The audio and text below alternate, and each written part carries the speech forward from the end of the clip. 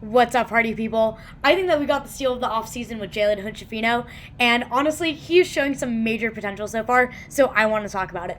I'm Jaya Tewari with Lakers Digest, and let's get right into it. So first of all, he was called the MVP of training camp by just about every Laker as well as our coaches, which is a huge bar to be set already for a rookie 20-year-old. So we had Anthony Davis give him a huge shout out, as well as both D'Angelo Russell and Austin Reeves giving him a shout out for having a strong day one of training camp. Getting props on your first day of training camp is absurd, and again, it's just really setting expectations high for Jalen.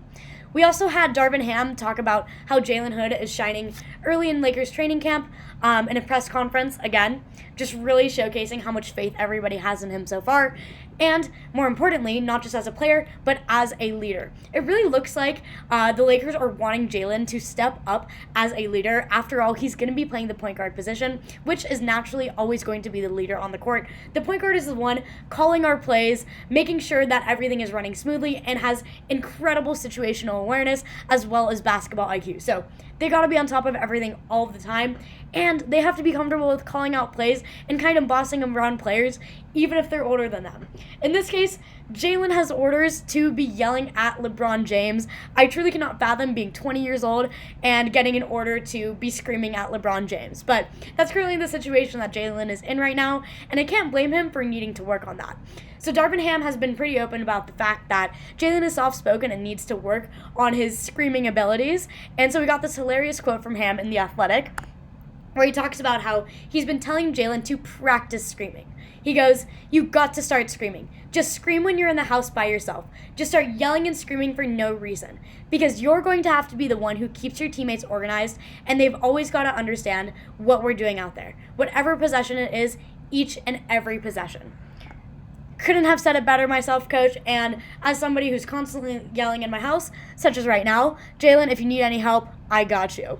But I have a lot of faith in him. Again, it's been like summer league so far and a couple preseason games, but he will grow into his role as a leader on the court, and I have faith that he'll get there.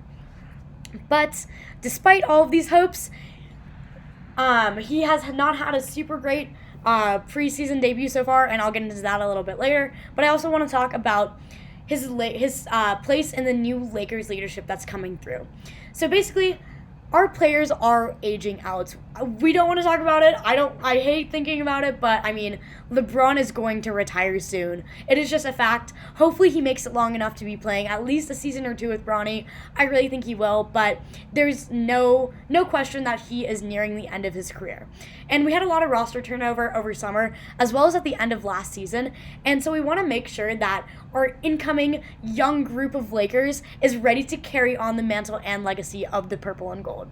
And it really looks like the Lakers want Jalen Hood-Schifino to be the face of this. I mean, they're building him up as a point guard and to be a major leader, and as long as we have one really solid player who we've built from scratch at this point, I mean, he got drafted immediately to the Lakers, he could be a staple in our franchise for who knows how long. I also personally love when we have, like, homegrown players like this. I think it's really fun rather than having a super team. I know that's, like, ridiculous considering the Lakers are a little bit of a super team, but I always think it's cool to develop our own talent, and that is what we're doing with Jalen. Plus, it'll just really set us up for the future. It's not necessarily a rebuild, but just ensuring that the future of the Lakers is as successful as our past has been. And then, on to his debut in preseason. It was disappointing. I can't lie, especially when you look at his summer league stats, which I'll get into in a little bit, but I just want to make it clear, we should not be putting this much stock into preseason. I mean, preseason's fun. It means that actual NBA season is coming back so soon. But preseason games purposes are really just to make sure that our team is in shape by the time regular season rolls around. And, I mean, that's all we need. We can practice and scrimmage against each other in training camp and over the summer as much as we want, but it's never going to actually be the exact same as playing against another NBA team, and that's what preseason is for. So, honestly, it's Jalen. For Jalen's case, he got thrown into a game against Steph Curry for his first actual NBA game, and, can't blame him for not doing super great. So to look at his stats, he shot 3 for 11 in his preseason debut against the Warriors, and then shot 0 for 5 against the Nets and 1 for 5 against the Kings. not great. I can't lie, there's not really any defending that. But he was absolutely electric off the backboard. He got 6 rebounds in 2 of the 3 games, and his defense was amazing. Defense is so often overlooked because, I mean, obviously, offense is like the flashy thing. You get the most points, that's so much clout. But we need to make sure that our defense is just as strong as well. And I really respect that Jalen's defense and rebounding and aggression is kind of carrying us in that way. Shot can be improved. Plus, he is 6'6". He's huge for a point guard, and especially when he was playing in college, he definitely stood out as one of the taller guys. But now that he's in the NBA, everybody is a lot closer in size to him, and I'm sure he's getting used to that dynamic as well.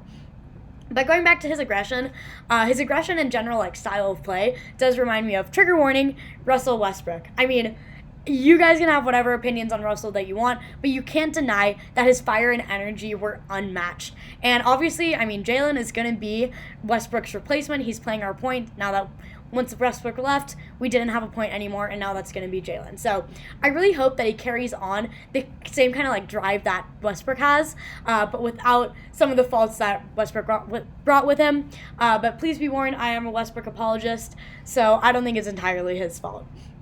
And then as for his summer league stats in comparison to his preseason debut so far, in his summer league, he was averaging about 12 points a game and was also great off rebounds too, was getting about 4 or 5 per game, which is, again, really solid stats for a first year, or for a rookie player. And again, it's only going to go up from here. He's still getting used to this level of play in the NBA, and I have a lot of faith in him. And honestly, I think we should be paying more attention to our rookies instead of some of our superstars. I mean, our incoming talent is just as important as our existing ones.